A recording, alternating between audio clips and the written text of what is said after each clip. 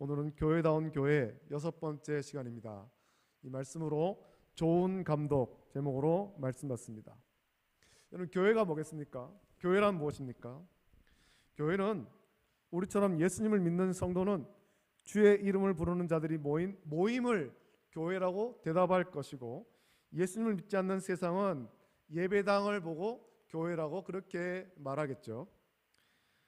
디모데전서를 통해서 교회다운 교회라는 제목으로 계속 말씀을 전하는 이유는 저와 여러분들이 교회가 무엇인지 예수님을 믿는 우리가 먼저 분명하게 알아야 되기 때문에 그렇습니다. 그래서 누군가가 우리에게 교회가 무엇이냐, 월배 중국교회는 무엇이냐라고 물을 때 저와 여러분들이 분명하게 대답할 수 있어야 됩니다. 우리가 교회가 무엇인지를 알아야 되죠. 그리고 어떤 교회가 온전한 교회인지, 어떤 교회가 우리 주님께서 기뻐하시는 그런 교회인지 우리가 분명히 알아야 다른 사람들에게, 불신자들에게 교회에 대해서 가르쳐 줄 수 있는 겁니다. 여러분, 교회란 무엇입니까? 여러분 마음을 한번 대답해 보십시오. 교회란 무엇입니까? 오늘 본문 읽지 않았습니다만 저 뒤에 보면 15절 16절 보면 바울은 이렇게 말합니다. 이 집은 살아계신 하나님의 교회요 진리의 기둥과 터니라. 크도다 경건의 비밀이여 그렇지 않다 하는 사람이 없도다. 그는 육신으로 나타난 바 되시고 영으로 의롭다 하심을 받으시고 천사들에게 보이시고 만국에 전파되시고 세상에서 믿음 바 되시고 영광 가운데서 올려지셨느니라 라고 말씀하고 있습니다.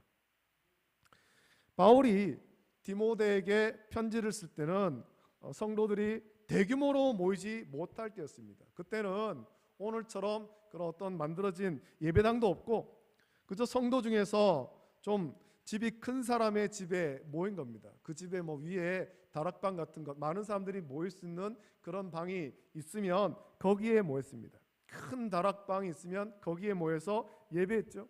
오순절 성령이 임하실 때도 120명의 성도가 마가의 다락방에 모여 있었고 거기에서 예배하고 기도하고 성령을 사모하고 성령을 받았습니다. 바울이 이 집 15절에서 이 집이라고 하는 것은 예배당 건물을 말하는 것이 아니라 성도의 모임을 교회라고 부르는 거죠. 아직 모일 수 있는 멋진 예배당도 없고 그저 큰 다락방에 모이고 있는 성도를 향해서 이 집은 살아계신 하나님의 교회라고 했습니다. 그리고 진리의 기둥과 터라고 했습니다. 여러분들이 그런 어떤 사진이나 어떤 영상, TV를 통해서 이렇게 한 번씩 그런 장면들이 나오면 보셨을 텐데, 그리스에 가면, 그리스 아테네에 가면 파르테논 신전, 그것이 있습니다. 유물이죠. 고대의 유물.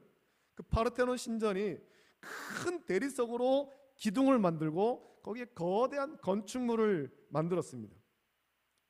교회를 지탱하는 것은 대리석 기둥이 아니라 하나님의 진리, 복음의 진리가 교회를 지키는 거예요.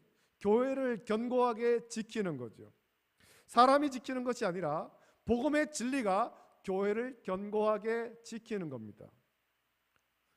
그래서 만약에 그 교회에서 온전한 복음이 선포되지 않는다면, 이 복음의 진리 이것이 선포되지 않으면 기둥이 무너지는 거죠. 그럼 교회는 교회가 될 수 없는 것입니다. 바울은 이 사실을 크도다 경건의 비밀이여 라고 했습니다. 이 경건의 비밀이 크다는 것은 교회를 통해 받는 하나님의 복에 관한 말씀입니다. 우리가 복음을 듣고 복음 가운데 살면서 주님을 따라가서 온전한 그리스도의 삶을 살 때 하나님께서 우리에게 복을 주시는 것입니다. 복음을 따라 살 때. 교회는 그냥 보면 사람들만 보입니다. 그러나 그 교회가 어디에 연결되어 있는가, 이것이 굉장히 중요한 것입니다. 사람이 많고 적음을 떠나서 그 교회가 어디로 연결되어 있는가, 그것이 온전한 교회인가 그렇지 않은가가 나뉘게 되죠. 교회는 하나님의 보좌 우편에 앉으신 예수님께로 연결되어야 됩니다. 그 말은 교회에서 선포되는 예수님의 말씀, 복음과 죄인을 용서하시고 구원하시는 하나님의 은혜가 예수님에게 정확하게 연결되어야 된다는 겁니다. 좀 더 쉽게 말씀드리면 교회에서는 오직 복음만, 예수 그리스도만 선포되어야 되는 겁니다. 예수 그리스도에게 연결되어야 되는 거예요. 성도 한 사람 한 사람이 다 그렇게 연결되어 있어야 그 교회가 온전한 교회입니다. 그래서 온전한 교회, 교회다운 교회는 오직 하나님 말씀을 중심으로 모인 성도가 교회인 것입니다. 그래서 하나님의 백성은 어디서든지 모이는 것이 중요하고 그 모임 가운데 하나님 말씀이 선포되는 것이 중요합니다. 이 성전의 바닥, 그리고 이 성전의 바닥을 이루는 것이 있습니다. 이 성전의 바닥은 모두 예수님의 보혈, 예수님의 피로 되어 있고 기둥은 모두 예수님 진리의 말씀으로 이루어져 있는 거죠. 그리고 그렇게 모인 성도 한 사람 한 사람은 그 성전을 이루는 벽돌인 겁니다. 저와 여러분들이 그 예수님의 보혈로 정결함 받고 우리가 지체가 되어서 벽돌을 이루는 겁니다. 교회를 이루는 거죠. 그래서 교회가 교회다우려면 두 가지가 중요한데, 하나는 복음의 순수성이고 다른 하나는 성도의 순결인 겁니다. 세상에서 거룩하게 구별된 순결이죠. 오직 복음만 따르는 순결한 성도가 모이고 그 모임에서 선포되는 복음이 순전하면 그 안에 반드시 하나님이 함께 하십니다. 기도가 응답되고 기적이 일어나고 병든 자가 치유되고 옛사람이 변하여 새사람이 되는 것입니다. 그래서 저와 여러분에게 복음이 중요한 거예요. 복음이. 저는 그런 마음으로 원래 우리 표어를 지을 때 다시 복음으로 라고 정한 겁니다. 우리가 이 복음 가운데 견고히 서기 위해서. 우리 교회가 이런 교회가 되기를 예수님의 이름으로 축복합니다. 저와 여러분이 교회다운 교회를 구성해야 되는 거예요. 건축물이 온전해지려면 건축에 사용되는 자재도 좋아야 되죠. 똑같이 교회다운 교회로 세워지려면 교회를 구성하는 성도도 온전해야 되는 것입니다. 온전한 자격을 갖춰야 되는 거죠. 여러분, 광주에서 그 아파트가 붕괴되었던 사고가 있지 않습니까? 아파트를 짓다가 그 아파트가 붕괴된 원인이 뭡니까? 좋은 자재가 아닌, 그 설계대로 된 자재가 아닌 불량 자재를 쓰니까 그 높은 아파트가 무너져 버린 거예요. 교회도 마찬가지입니다. 교회가 무너지는 것은 한순간입니다. 우리가 온전한 성도가 아니면 교회는 무너지는 거예요. 우리가 복음 가운데 견고히 서고 저와 여러분이 온전한 그리스도인, 오직 예수님만 따라가고 복음만 따라가는 온전한 성도가 될 때 그 교회는 견고하게 세워지는 것입니다. 바울은 교회다운 교회로 세워지려면 교회를 구성하는 성도가 온전해야 되죠. 온전한 자격을 갖춰야 됩니다. 그래서 그 자격을 갖추는데 오늘은 감독에 대해서 말씀하고 있습니다. 먼저 1절 보면 감독의 직분을 얻으려 함은 선한 일을 사모하는 것이라 함이로다 라고 했습니다. 초대교회에서 사도들은 각 교회에 장로들을 세워서 성도를 돌보게 했습니다. 사도는 12명밖에 없지 않습니까? 교회는 많이 세워졌고 교회를 돌볼 장로를 세웠습니다. 이때 장로들은 말씀을 가르치기도 하고 성도를 돌보기도 하는 목회자였습니다. 오늘 본문에 기록된 이 감독이라는 직분은 초대교회 시대를 지나면서 생긴 직분인 것 같죠. 아마 초대교회 장로들과 같은데 그런 다른 장로들과는 다르게 좀 더 말씀을 가르치는 일에 전부한 사람, 이들을 감독이라고 부른 겁니다. 교회는 하나님의 집이기 때문에 하나님 말씀을 전하는 일이 가장 중요합니다. 만약 하나님 말씀이 없으면 그 모임은 교회라고 할 수 없고 사람의 친교 모임 이상 되지 않는 겁니다. 여러분, 참된 교회 표지가 두 가지가 있습니다. 참된 교회 표지, 신학적으로 가르치는 거죠. 첫 번째는 말씀의 참된 전파입니다. 참된 교회가 되려면 참된 말씀의 전파, 하나님의 말씀만이 바르게 선포되어야 되는 겁니다. 복음이 온전하게 선포되어야 되는 겁니다. 이것은 교회의 가장 중요한 지표로 교회는 반드시 그 말씀 전파가 완전하며 절대적으로 순수해야 되는 것입니다. 여기에 불순물이 섞이면 안 되는 거죠. 두 번째로 참된 교회 표지 두 번째는 성례의 정당한 집행입니다. 그래서 우리 교회도 1년에 2번 성찬식을 가집니다. 봄과 가을에 성찬식을 가집니다. 이 성찬식과 또 이게 세례, 이것을 교회가 정당하게 베풀어야 되는 거죠. 감독이 할 일은 교회를 체계적인 하나님 말씀으로 잘 먹여서 성도가 하나님의 진리로 잘 다듬어지는 일을 해야 하는 책임을 맡은 사람이에요. 그래서 구약 시대에는 선지자를 하나님의 입이라고 했죠. 교회에서 하나님의 입이 더러운 일이 되어서는 안 되는 것입니다. 또 복음만 선포해야 되는데, 참된 교회 집회에서 참된 하나님 말씀이 선포된다고 했는데 세상 이야기만 잔뜩 하는 엉터리 같은 입이 되어서도 안 되는 겁니다. 목회자는 하나님 말씀을 맡은 중요한 직분이기 때문에 성경이 말씀하는 대로 말씀을 전하기 위해서 애를 써야 하고, 온전한 말씀을 전하기 위해서 더욱 거룩한 삶을 살아야 되는 겁니다. 여러분, 신천지가 이 방법으로 교회를 쓰러뜨리고 교회를 많이 빼앗았는데, 그 방법이 뭐냐면 교회의 목회자를 공격하는 거예요. 만약에 교회에서 목회자 한 사람을 죄나 혹은 어떤 스캔들로 쓰러뜨릴 수 있으면 그 교회는 아주 심각한 타격을 받게 되는 거죠. 그래서 목회자는 자기를 지켜야 할 뿐 아니라 교회도 목회자를 지키기 위해서 기도하고 오직 바른 말씀만 선포할 수 있도록 기도해야 되는 것입니다. 이렇게 하려면 먼저 성도가 하나님 말씀을 좋아해야 하고 잘 들어야 되는 것입니다.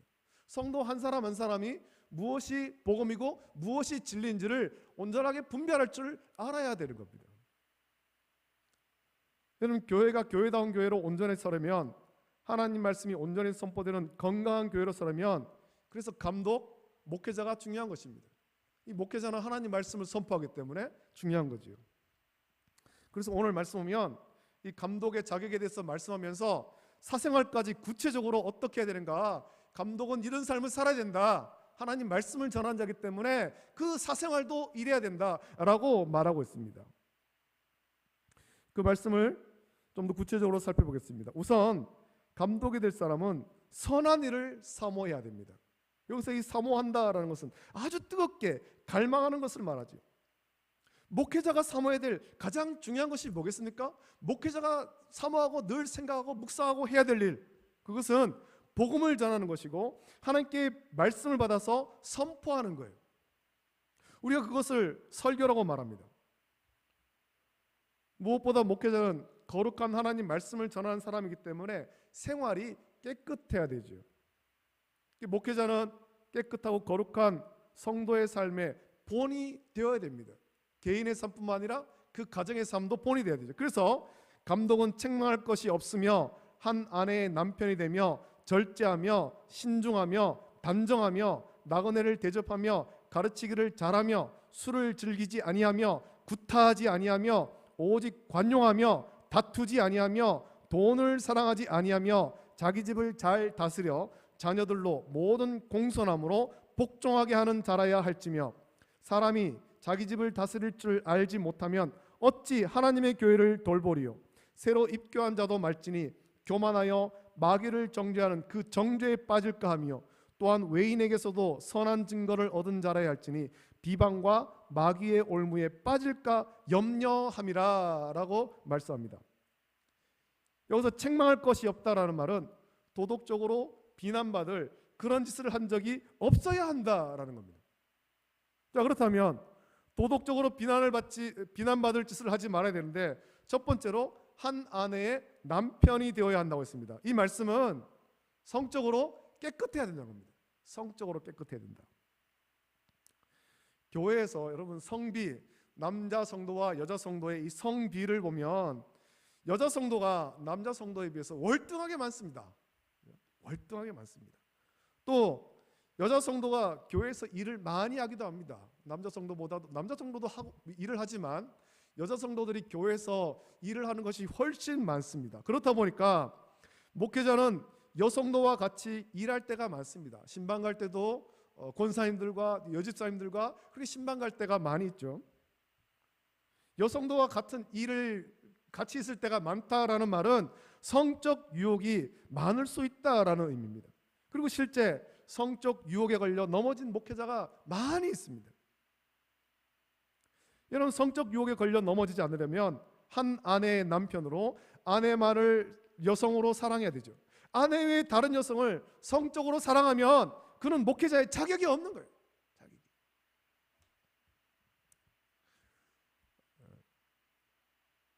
제가 이렇게 말씀은 드리지 않습니다만 제가 이 교회차를 운행할 때 사실 제가 운전할 때 제 옆자리에 다른 분이 앉는 거를 제가 좀 불편해요. 저희 아내도 제 옆자리에 안 앉습니다. 그 자리 비워놓는 거죠. 맨날 뒤에 앉고. 옆자리에 누가 앉아도 사실은 불편해요. 특히 여성도가 앉으면 더 불편해지는 거죠. 그래서 여성도를 뒤에, 오늘 말씀드린 겁니다. 여성도를 다 뒤에 앉으세요. 제 옆에 앉지 말고 뭐 자리가 부족하면 낑겨 앉아도 뒤에 앉으시고 앞에는 그냥 남자 성도 앉거나 그렇게 하면 좋겠습니다. 분당 우리 교회 이창수 목사님 이거를 굉장히 많이 강조합니다. 자기 부교육자들한테 신방 갈 때 여성도 절대로 옆에 앉히지 마라. 절대로 옆에 앉지 마라. 옆에는 당신 아내만 앉혀야 된다. 부교육자들한테 얼마나 많이 강조하는지 모릅니다. 설교 시간에도 누누이 강조하는 거예요. 누누이. 별것 아닌 것 같지만 성적인 유혹은 멀리 있지 않습니다. 가까이서 오는 거죠. 또 개인 생활에서도 사치하거나 요란하지 말고 단순하고 검소해야 한다고 했습니다. 성도는 목회자의 설교만 듣는 것이 아니라 목회자가 선포하는 말씀대로 사는 것을 보고 배우기 때문에 그렇습니다. 목회자의 삶이 어떤가? 그 삶을 보는 거예요. 삶을. 그래서 사치하지 말고 부지런해야 되며 언제나 단정하라라고 했습니다. 언제 누구를 만나든지 흐트러짐 없이 정결한 모습이 되어야 되죠. 또 나그네를 대접하며 가르치기를 잘하며 라고 했는데 모든 사람을 향해 마음의 문을 열고 받을 준비가 되어야 되죠. 아브라함이 나그네 대접하기를 잘했는데 자기 집 앞으로 지나가는 자라면 누구든지 대접했고 그렇게 하다가 하나님을 대접했고 조카 롯을 소돔에서 구원할 수 있었습니다.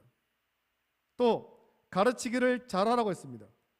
목회자는 영적 권위를 가지고 성도를 가르쳐야 되는데 그렇게 하려면 지적 훈련이 되어야 됩니다. 여러분 목사가 되기 위해서는 대학교에서 4년, 신학대학원에서 3년, 그리고 강도사 1년을 거쳐야 목사가 됩니다. 최소 8년을 공부해야 목사가 되는 겁니다. 이런 것은 건너뛰고 2, 3년 만에 혹은 몇 달 만에 목사가 되었다라고 하는 사람은 이게 제대로 신학을 공부했다라고 볼 수 없고 결국 그런 사람이 진리의 하나님 말씀을 선포하지 않고 자기 신념과 고집대로 성령을 왜곡해서 전해서 많은 성도가 어긋난 길로 빠지게 되는 거예요. 또 감독은 세상의 쾌락을 즐기고 그것을 따라갈 것이 아니라 인내하며 하나님 말씀을 묵상하고 가르쳐야 됩니다. 그리고 감독이 교회를 다스리기 위해서는 무엇보다도 자기 집을 잘 다스려야 한다라고 했습니다. 자기 집, 자기 자녀도 하나님 말씀으로 양육하지 못해서 문제를 일으킨다면 그런 목회자와 가정을 볼 때 성도가 어떻게 그 목회자에게서 하나님 말씀을 배울 수 있겠습니까? 그 목회자의 자녀들이 그렇게 삶이 온전치 못하고 엉망인데,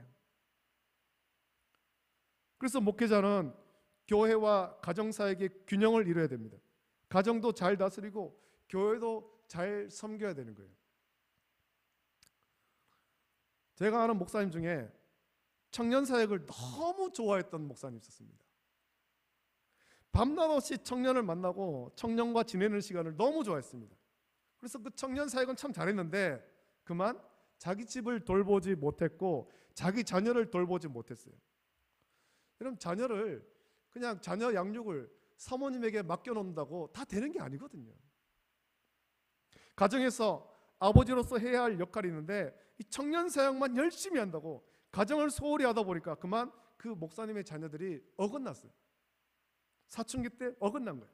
학교에서 학교 폭력에 연관되고 그 딸인데 여자아이인데 몸에 문신도 있고 결국에는 고등학교를 자퇴했습니다. 또 그 자녀가 교회도 안 나오는 거예요. 예배드리러 안 나오는 거죠.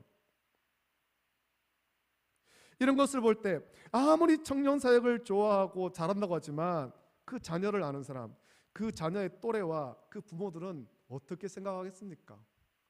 자기 자녀도 말씀으로 양육하지 못하는데.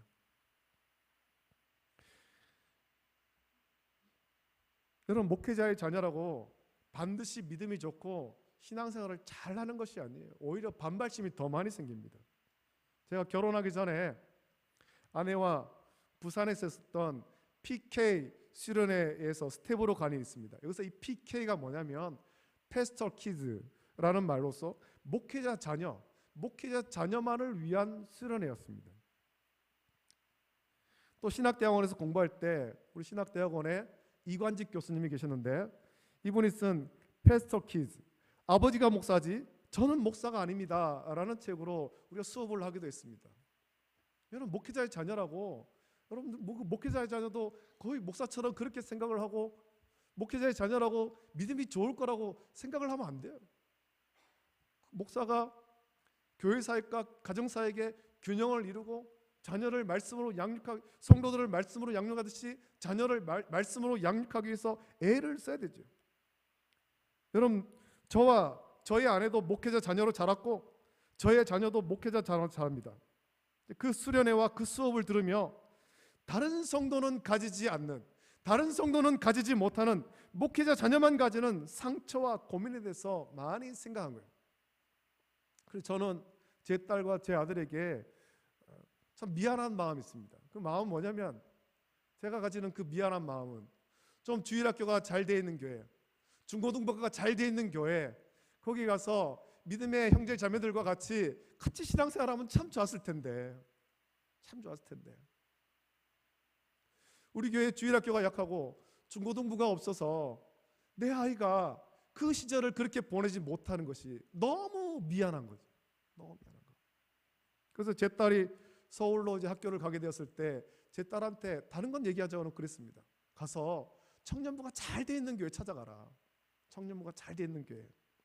거기에서 네가 중고등부 때 느끼지 못했던, 누리지 못했던 믿음의 형제 자매들과 함께 신앙생활하는 즐거움을 거기서 한번 누려봤으면 좋겠다. 자, 그런 당부를 했습니다.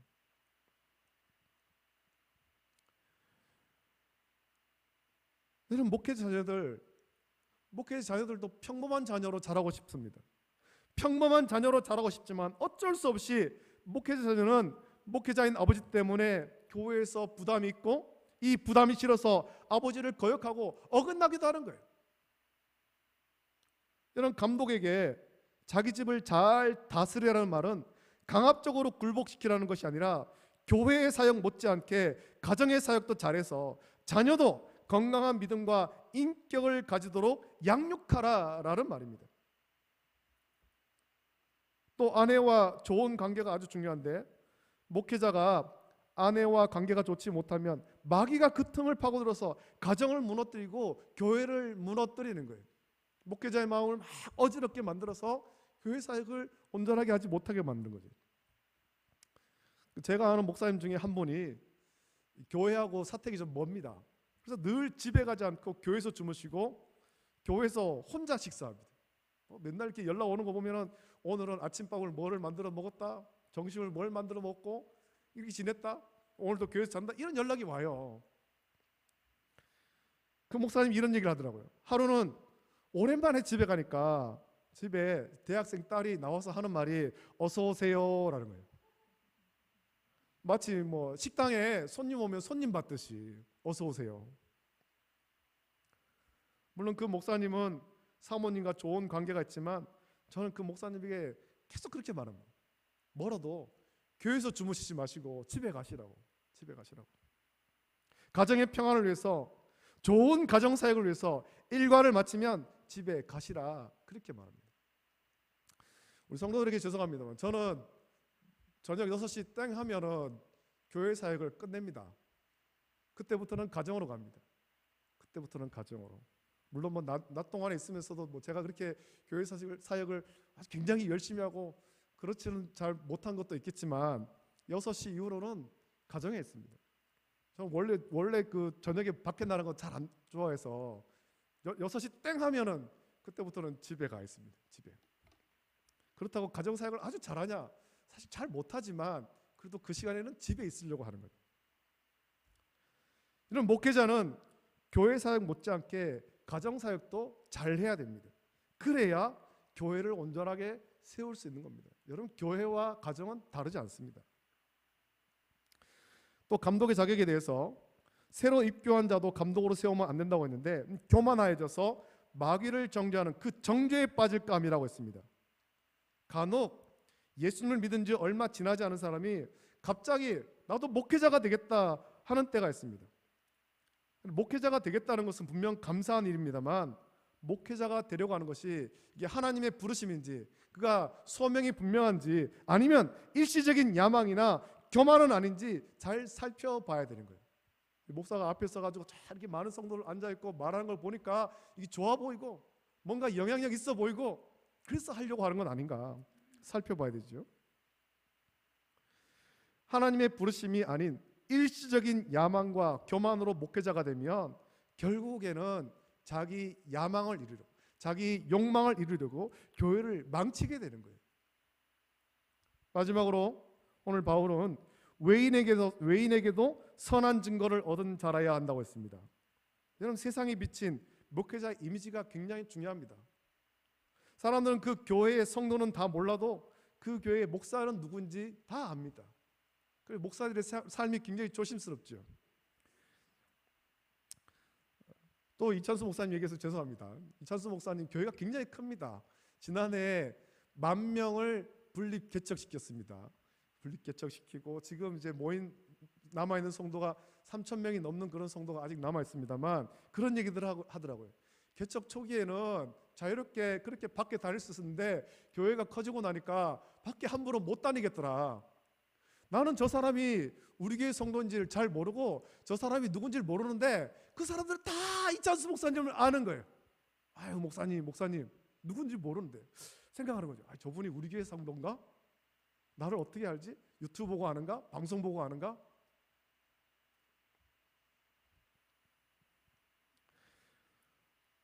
다른 사람들이 목사님에 대해서 아는 거예요. 그래서 그 교회 성도는 몰라도 그 교회의 목사가 누구인지는 다 압니다. 그래서 더러 많은 사람이 그 목사님 때문에 그 교회에 출석하기도 하고, 반대로 목사님 때문에 그 교회에 출석하지 않기도 합니다. 그래서 목회자는 교회 안에서나 밖에서 선한 증거를 얻은 자라야 된다라고 말씀하는 것입니다. 선한 증거. 저 목사님은 좋은 목사님이야. 저 목사님은 말씀만 선포하는 목사님이야. 이 좋은 선한 증거를 얻어야 되는 거지요. 그런 의미에서 저는 참 그래도 좋은 목사가 되려고 애를 쓰고 있는 중에 있습니다.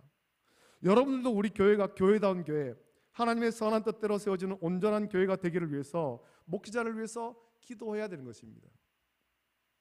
온전한 하나님 말씀, 진리의 말씀만 선포하고 말씀으로 성도를 잘 양육하는 목회자로 세워지도록 목회자를 위해서 기도해야 할 것입니다. 이것은 목회자에게도 유익한 거지만 결국에 목회자를 통해 하나님 말씀을 듣고 배우는 여러분에게 유익한 것입니다.